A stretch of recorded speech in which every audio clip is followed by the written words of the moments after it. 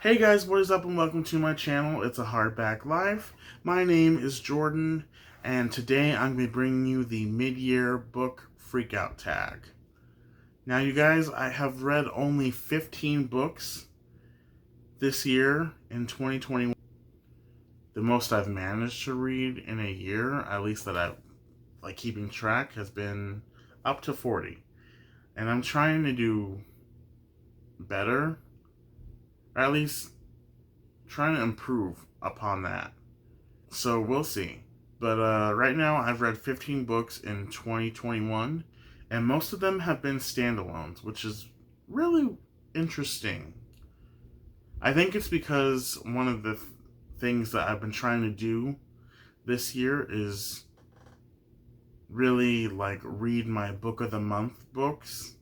I mean, I do read them, don't get me wrong, but I've been really wanting to get more into those books, and a lot of those are standalones. Actually, pretty much every single one of them are standalones. But yeah, I've been focusing a lot on my book of the month books instead of just regular books that are not affiliated with book of the month. Let's get started with that though. Alright, so in this tag there are about 13 questions, and some of them are out of order because I messed up when rewatching my video that I did last year for this. But it doesn't matter if the questions are in order, because...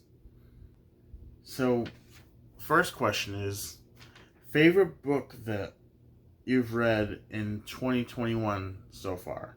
Alright. Favorite book I've read in 2021 so far is The Nature of Witches by Rachel Griffin. This is a YA fantasy about a girl named Clara who is an Everwitch. And basically what that means is... Okay, well, in this book, the witches are unique because they control the seasons. And you have summer witches, winter witches, autumn witches, and spring witches. And their powers are connected to the seasons.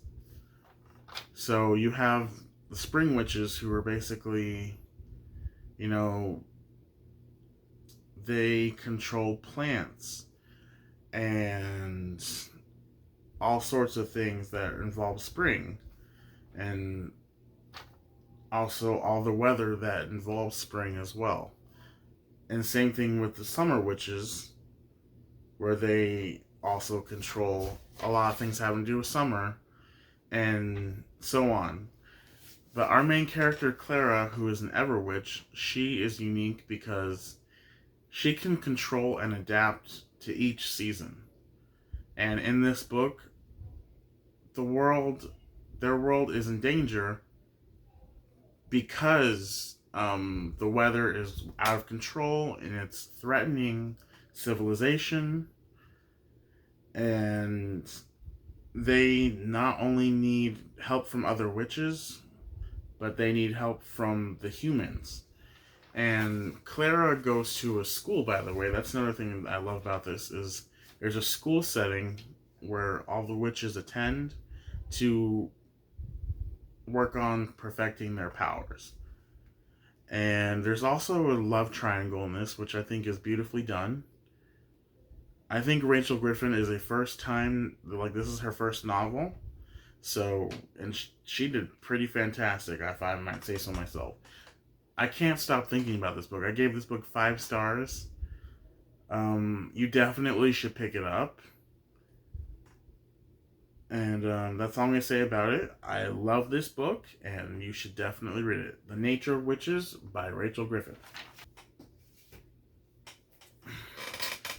Okay. Now, this one's a toss-up. Best sequel. I haven't read very many sequels, as I said before. I've read a lot of standalones.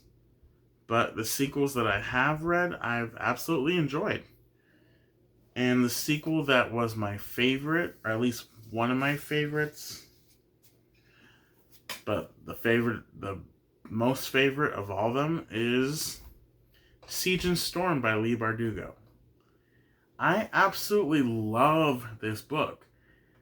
Now, this is like split down in the middle for a lot of fans of the Shadow and Bone trilogy. A lot of people either hate this book or they love it. And I'm one of those people that love it. I love the politics that go on through this book. I love the characters, especially Nikolai. Nikolai is so freaking funny. It's not. It's crazy how funny he is, and he adds so much to this book and to the series. And I can't wait for Shadow and Bone Season 2 because Nikolai will be introduced. And I can't wait to see. I don't even know who's gonna be playing him. They probably did the casting already, and I just haven't been paying attention. But yeah, if anybody knows who's going to portray Nikolai in the second season, let me know. I really love this book, and a lot of people dislike Mal. I just don't understand it. I think he is a brilliant character. He adds so much to the story. And he is misunderstood, obviously. There's a lot that goes on. And obviously, he makes a lot of sacrifices just to protect Alina. That's one of the main things. He cares about Alina so much that he sacrifices a lot to stay by her side and make sure she's safe, and because he loves her. He's trying so hard to stop her from, from her power eating her and controlling her, because the more she uses it, the more different she becomes. And plus, she's so consumed with other things. Not to say that she's the guilty person. She's not completely innocent either. Both of them have a lot of issues in this book with each other and with everything that's going on that they need to work out. And a lot of times in this book, they don't work them out because they would rather just not listen to each other and fight.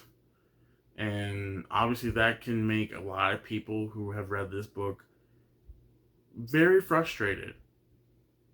But that's what happens in life. There's a lot of miscommunication in life. And so us as humans, we have a hard time understanding each other because half the time we just don't want to listen to each other. And that's something we all need to work on. I'm working on it, just like you are. And that's another reason I love the miscommunication trope. Because obviously misunderstandings eventually are figured out, and the way that the authors go about it usually is clever. Anyway, that's all I have to say about this book, and I love this book. Okay, newest releases you haven't read or need to get to. I have a lot of those. And to name a few, I'm going to show you these. I'm going to show you the ones that I really, really desperately want to get to. The first one I want to show you is a book that I have started, but I haven't finished it yet. And it's a crime that I have not finished it yet because I've been waiting for this book. A Court of Silver Flames by Sarah J. Maas. I started it. You see the paper towel? Don't worry, there's nothing on it. That's just my bookmark for where I left off at. I'm on page 349. I remember exactly where I'm at because I've checked multiple times in the last month or two. And I know exactly the reason why I have not had much of a desire to pick it back up. And that reason is because of how little plot there is. One thing I've discovered as a reader is I do need plot, like a lot of it, in order to keep my attention. I love a character-driven book. If the plot does not balance out the amount of time that is being paid attention to the characters, I don't know if I'm gonna care. That's the thing. I love Sarah J. Maas's writing and her books, but her other books, especially in the Court of Thorns and Roses series, the other books had objectives, had things that needed to be completed in order to get to the main goal and have plots. This one has a plot, but it's not paid attention to in this book as much. Like I said, it might get better throughout the next books in the series, but it's not a huge thing in this book. And I honestly have not finished it, obviously, but I want to so bad. Another new release that I've started, but I haven't finished. Shadow of the Gods. I really like it a lot. So far, I'm like 170 pages in. This is my first book I've started by John Gwynne, because everybody keeps talking him up, and I have Malice and the rest of the books and The Faithful and the Fallen, and now I have this one. I decided to start with this one because this is the first book in the series that is being developed. But yeah, I have been enjoying this, but there are moments that I'm taken out of the story. I think because we switch to different characters and different perspectives, which is usually not like a thing that bugs me so much, but like this year it has. I don't know.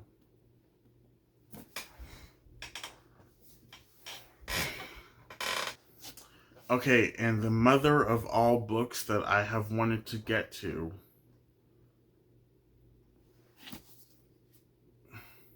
Okay, well, not the mother. This is like the daughter.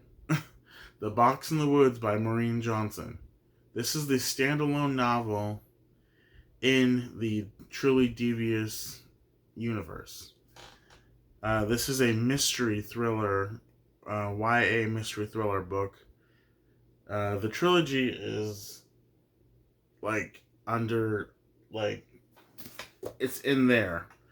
And I loved reading this book series. I picked them up because of Hannah at A Clockwork Reader loves these books, and I decided to give them a try. They're a bit cliche, but I really enjoy them. And this book came out June 22nd, I believe.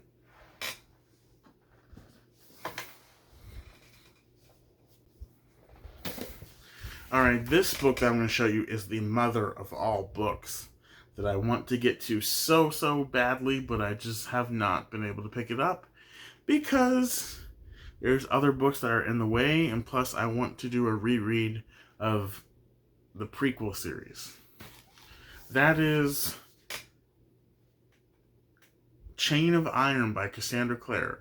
I adore the Shadowhunters Chronicles. I have every single book, pretty much. Some of the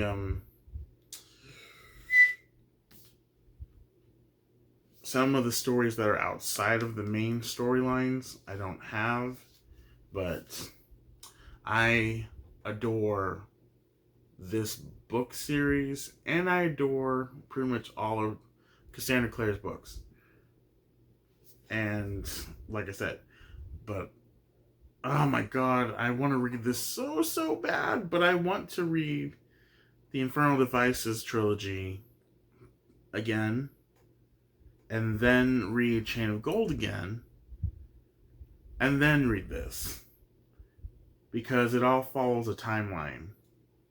So, and I haven't visited this series, well, this world, since sometime last year, March of last year, which is when the first book in this series came out. Highly anticipated books. I'm just going to say it again. Chain of Gold. I need to read that. That was highly anticipated for me in 2021, and I want to read it. I want to read it so bad. Oh my god, you don't even know.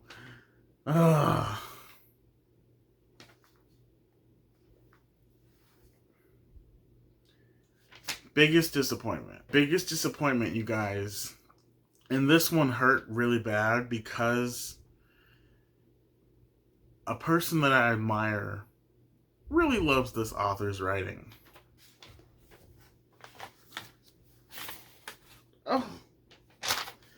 Oh my god. Memorial by Brian Washington. I picked this book up and was wanting to read it for months. I picked this book up when it came out, and I've been wanting to read it for months. I got this from Book of the Month, and President Barack Obama freaking loves this author. Like, he loves his short story collection. Right there it says author of Lot. The Lot is the short stories that Brian Washington wrote, and Barack Obama loved those. So, and I was absolutely disappointed by this book. Oh.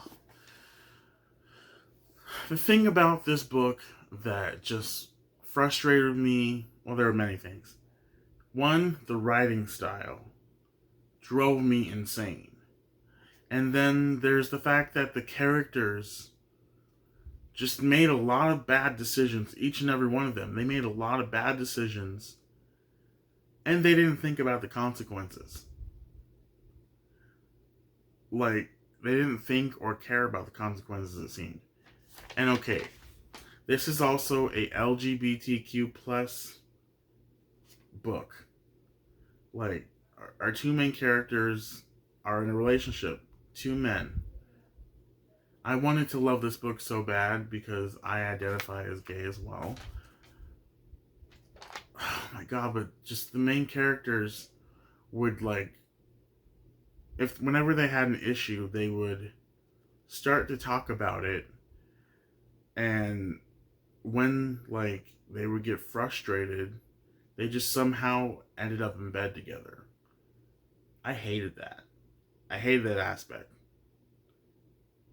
And like I said, there were just decisions that the characters made that drove me nuts. And plus the ending was very ambiguous, and I hate ambiguous endings. I'm sorry if I'm being really passionate about this, but this was a highly anticipated book that came out last year in 2020 that I finally got to this year, because I said I'm going to read my Book of the Month copies more so this year. And this is one that I absolutely did not enjoy. Well, okay, I enjoyed it a little bit. I loved the story, but the characters and the writing style just ruined it for me. But I still gave it a three stars for the story. But yeah, biggest disappointment by far.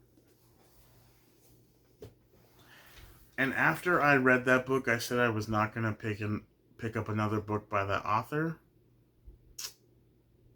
Maybe, maybe not.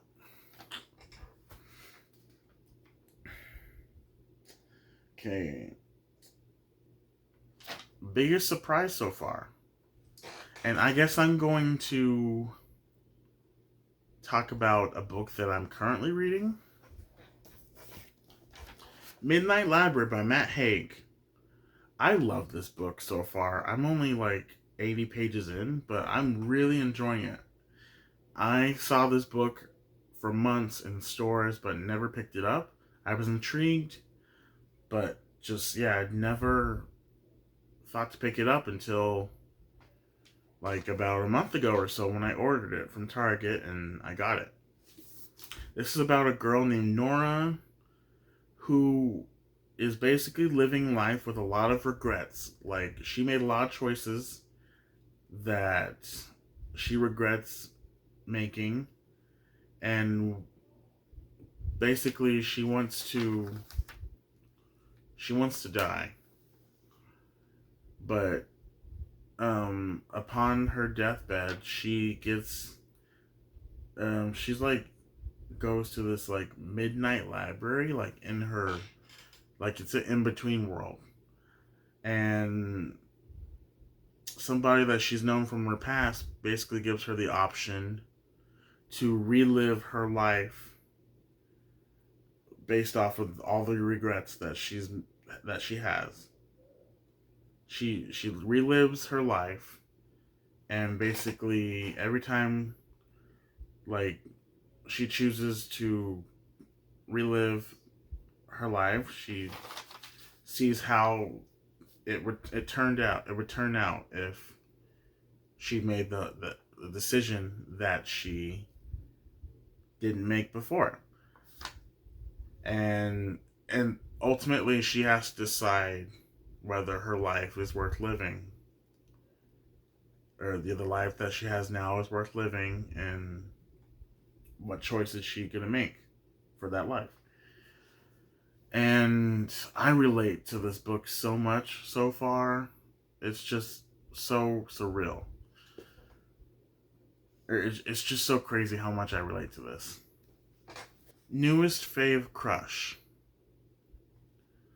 Um, Honestly, you guys, I don't think I have a fave. I don't think I have a crush on any book character.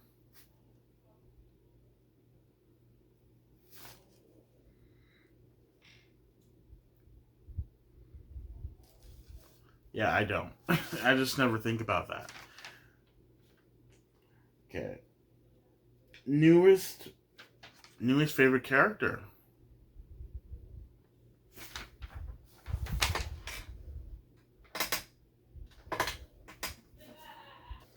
Newest favorite character.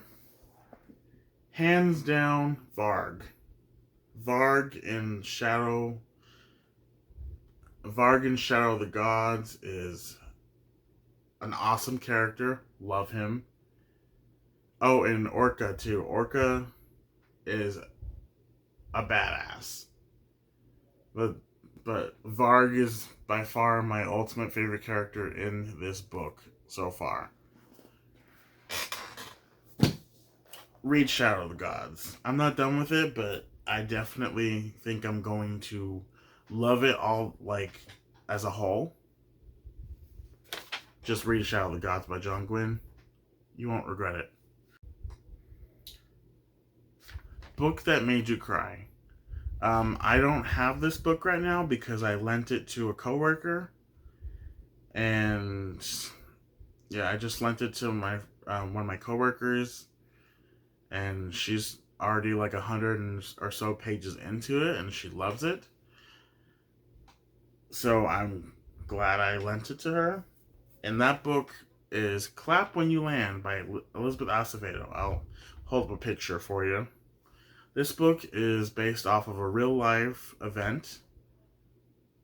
What happens is our main characters share a father, and he dies in a plane crash, which is a real life plane crash that happened 2 months after 9/11, where people from the Dominican Republic were going to New York, and the plane crashed. And yeah, what happens is in this book is our two main characters are coping with that, trying to cope with that loss, but at the same time they find out about each other, and it gets interesting from there. It's I loved Clap When You Land. First of all, it's written in verse, which is one of the most unique books I've read because it's written in verse. And I absolutely love the book. It made me cry like multiple times. Even just thinking about it makes me want to swell up in tears. But I'm not going to, because I'm on camera right now, and I just don't want to do that right now. Oh my gosh. But yeah, that book just also brought me joy. So I definitely want to pick up more books by Elizabeth Acevedo. And I definitely recommend Clap When You Land. It's so good. So good. Oh, a newest favorite author. And this doesn't have to be like a new author. It can be an author that you've read from, or it can be an author that has been around for a while that you're just being introduced to. I'm gonna say for that, I'm gonna say V.E. Schwab. This is the first book I read from V.E. Schwab. I read it this year, called Vicious. I absolutely loved it. And then I read the second book, Vengeful, about a couple months ago. I absolutely loved that book as well. And like, her books are just so captivating and just so interesting. And like I said, I absolutely loved um, Vicious, and the whole duology of the villain's duology is fantastic. And I read A Darker Shade of Magic last month. I absolutely love that book too. I love her books so far. So she's one of my new favorite, at least new to me, favorite authors. And I'm so glad I have been reading her book. Okay, book that made me happy. Book that made me super happy when reading it. Sound of Stars by Alicia Dow. Oh my god, I love this book. This book is basically our main character is living in New York, and in this book, alien species called the Elori come down, and they ultimately want to just live in peace with the humans, but it turns violent because the humans start shooting at them, and so they decide to take matters into their own hands. So they basically have the humans are being held hostage. They take away all that is precious to the humans, like mainly a lot of electronic devices and things that they can use to defend themselves. And it's just crazy. This book, and our main character also is hiding a secret contraband of books because obviously the aliens don't want them to have any freedom of expression because that's cause for death. Yeah, and oh my gosh, this book, it's a sci-fi dystopian slash romance. It surprised me. I absolutely loved this book. Although I will say the ending leaves a lot to be desired because it's set up for a sequel. And I'm hoping that sequel does happen. So Alicia Dow, if you're ever watching this, please make a sequel to Sound of Stars because I need to know if they make it. That's all I'm going to say. I can't spoil this book for y'all because it's fantastic. Plus, the cover is beautiful. Oh my god, the cover is beautiful.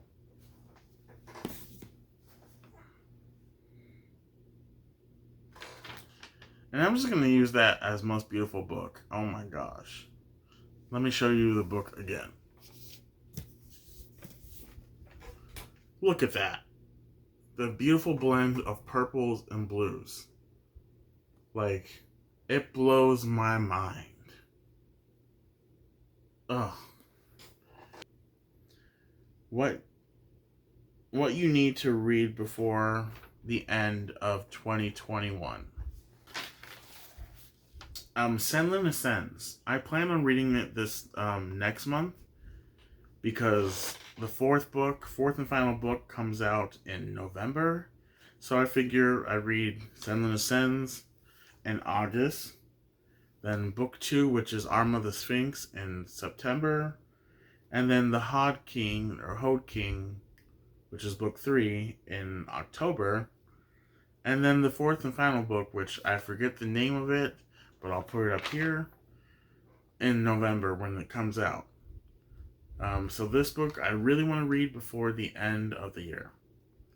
And I'm going to make this a priority in August.